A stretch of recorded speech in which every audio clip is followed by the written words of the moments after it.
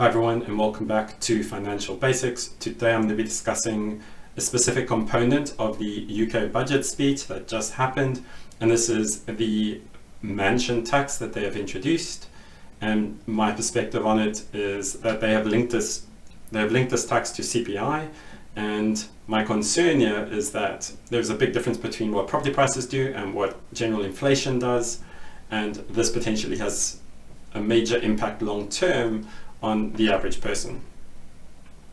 So mansion tax, the thresholds have been tied to CPI, but property prices, as we know, grow a lot faster than CPI. And what this means in the long term is that more and more ordinary homes are going to drift into this mansion tax band over time. And this isn't about the ultra wealthy property owners. This is about future you, your children and your grandchildren potentially paying a double tax on properties. Historically speaking, the UK normally dealt with taxes, by at least related to property, as either a council tax, which is just an annual charge, mostly for services rendered, and then they normally have an additional tax or a stamp duty that is applied at the point of transfer when you sell the house. And the problem with the mansion tax being tied to CPI is property prices in the UK generally move a lot faster than the average inflation. So the official name for this tax is the High Value Council Tax Surcharge. It applies to residential properties valued at 2 million or more. It takes effect from April 2028. It's based on a nationwide revaluation of properties in 2026. It's going to be paid annually on top of normal council tax. So this is a double tax on properties. And it affects property owners, not the occupants. So it's specifically targeted at the owners, and it has been linked to CPI. And this is a quote. So the key thing here is that both the amounts to be paid on an annual basis are going to be tied to CPI, as well as the bands, the ranges for each property is also going to be tied to CPI. These are the bands: 2 to 2.5 million, 2.5 million to 3.5 million, 3.5 million to 5 million, and then 5 million plus, as well as the annual charges that you'll be paying for each year. That's obviously your starting points. CPI grows with consumer goods and services, right? So it moves with the average price increases in those bundles of goods. Property prices do completely different things. They track supply and demand dynamics in the housing market. So CPI is not equal to housing costs. And it is difficult to align these two. In fact, as you go, if you look over a longer and longer period, these two actually sort of move apart. And this is what that looks like on a graph. The blue being house prices, the pink being CPI. So the long run trend here, if you're looking at a period over the last 50 years, property growth in the UK has been 9.3% per year. Inflation has been 3.8% per year on average. So what that means is there's a real gain if you're comparing the two of 5.5% per year above the inflation. And this is what I'm concerned about. This is what's going to generate that growing gap that quietly pulls more and more homes into this tax net. So why does property outgrow CPI? Why does it move up faster than CPI? There's a chronic undersupply in the UK for housing. There's planning constraints, there's land value appreciation, there's wage growth in specific regions with job concentration like London, Southeast, and global capital inflows as well into the UK. It's a hotspot for property investments from a global perspective, where those people are bringing additional funds, bringing additional money in. And then we've also got historically really low interest rates, which have left this legacy on high value properties. So if you were to take Sarah, she's 32 years old, she's completely average job. She buys an average home for 271,531. She's not wealthy, she just wants a stable home, but because property prices rise faster than inflation, her ordinary home can grow into a taxable mansion in the eyes of the system. So after 10 years, growing at 9.3% per year, that £271,000 house is going to become a £660,000 house. After 20 years, it's going to be 1.6 million. After 30 years, it's going to be 4 million. And after 38 years, it's going to be 7.9 million. And meanwhile, while this is all happening, CPI is only pushing those thresholds up quite slowly. And if you do that comparison, after 38.7 years, the average price for a property in the UK is actually going to exceed the threshold. And what that means is in 2066, the average home will now have the mansion tax applied. And this is what that looks like in a graph, starting in 2029 or 2028, moving forward from there. You start with the high threshold of 2 million moving up at CPI, and the lower 200k moving up at normal property prices. And you can see 2026, they pass each other, they intersect. So what this means for Sarah is that when she's retiring in 38 years, she's going to have a property worth 8.2 million, completely average, and she will qualify for the wealth tax. While today only the top percentage of properties are impacted, in 10 years noticeably more are going to be impacted, and then in 20 to 30 years, maybe even a little bit more than that, ordinary average homes are going to start to qualify for this. And I can just imagine the headline, middle class squeezed as average home prices crosses into the mansion tax threshold.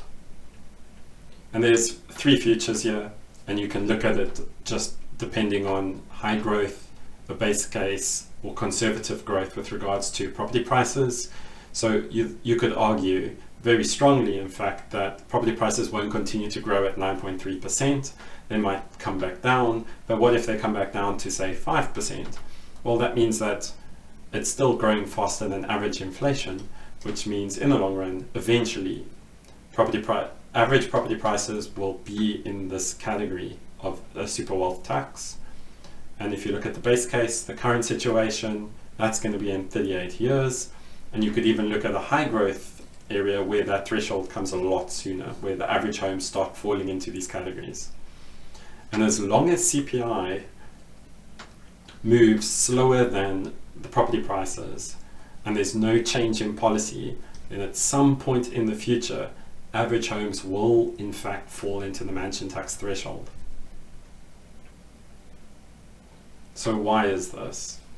It's because salaries follow CPI. Property does not follow CPI. Homeowners build wealth unintentionally through asset inflation. Tax systems rarely, and this is just an example, meaningfully adjust to this over time. So today's middle class becomes tomorrow's wealthy class on paper.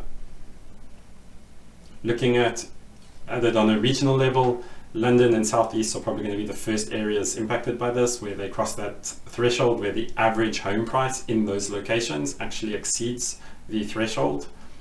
In the Midlands, it's probably in the next 30 to 40 years, and if you look further north or in Scotland, it's going to take longer, but it will still converge, at least that's what the data shows today. So this means that even the affordable regions eventually catch up to this threshold under 9% inflation. And when I spoke to a friend of mine about this video that I was making, his reaction was, "What are you worried about? Property prices will never reach that where you live." And I was like, "No, you haven't actually done the math. You haven't actually done the calculation. If you do the calculations, then in the next 30 or 40 years, that's what's going to happen." And it sounds crazy, but it sounds just as crazy to say the reverse, that in the 1980s you could get a home for 20,000 and now you would be paying potentially millions or hundreds of thousands for that same home. It's going to have a direct impact on renters. Landlords are going to pass this cost on. They're not going to be willing to take this cost on themselves. There's going to be reduced incentives to even invest in rental supply or rental properties. There's going to be a potential rise in rents because of that shortening and reduced supply in the market. And over the long term, renters are basically going to end up subsidizing this group in this misaligned tax bracket. And homeowners' behavior is also going to change. So you're going to end up where, even the headlines are saying this, potentially thousands of pensioners today are already going to have to sell, or potentially in the near future are going to have to sell their homes because they can't actually afford these additional taxes.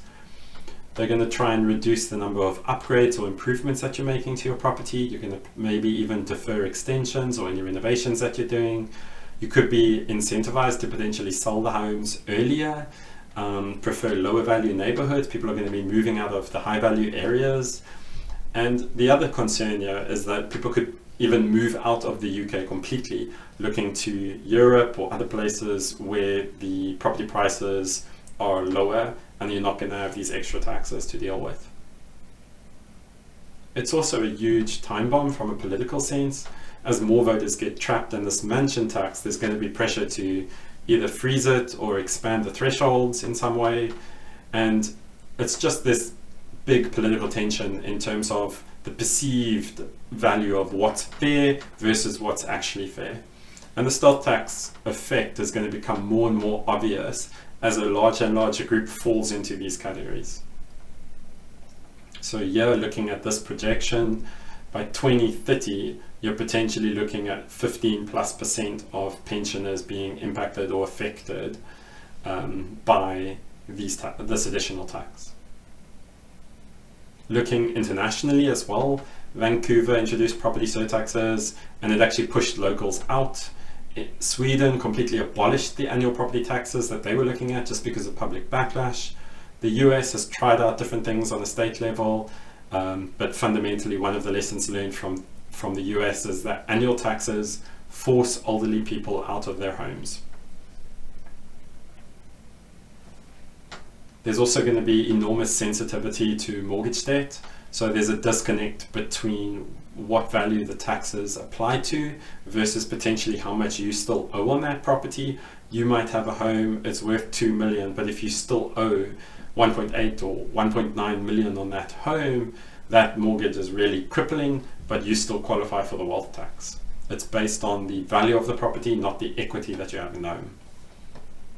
And young people are going to be really disproportionately hit. It's going to be much harder to get into the property market with these types of additional taxes. There's also an intergenerational effect to consider here. Even though the current retirees might be mostly unaffected, as time progresses, millennials, Gen Z are going to get hit harder and harder. Home ownership is going to become more expensive even after you have cleared the mortgage. And the question for me was, are we entering a world where even your paid off home, which is a goal for most people, still drains you of cash? And there's a bunch of alternative indexing methods that you can look at. House price index, wage inflation, regional based adjustments. So London and the Southeast, you could make adjustments there. Market deciles, where you're looking at the top 5% or top 10% of the most expensive homes in the UK. You could just go, we're going to apply this tax to the top 5%. And then if you buy an average home, whether you do that today or 38 years from now, that will have no impact because it will still be average. How to make the tax fair? You could potentially carve out primary residences. You could tie the tax in some way to age. You could tie it to income-based relief in some form. You could cap the tax in some way, make it as a percentage of income. You could allow exemptions on existing owners, particularly people that are already retired, or based on property usage. So if somebody is living there, they're not doing anything, they're not renting it out, then you could apply it in that way. Or if it's just sitting empty even, then you could apply the tax. If it's being used, then you could remove it.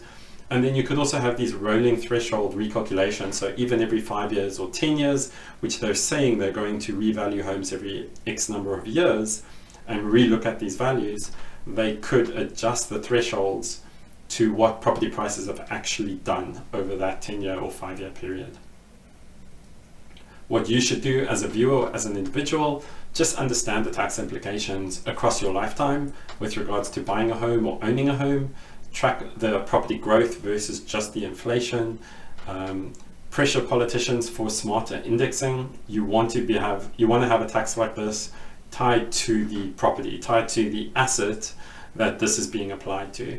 And then from a financial, and just consider the financial planning side of things as well. When you're in retirement, if you're looking at cash flow, looking at how much money you need, you might need to be thinking about actually paying this tax as part of your retirement planning.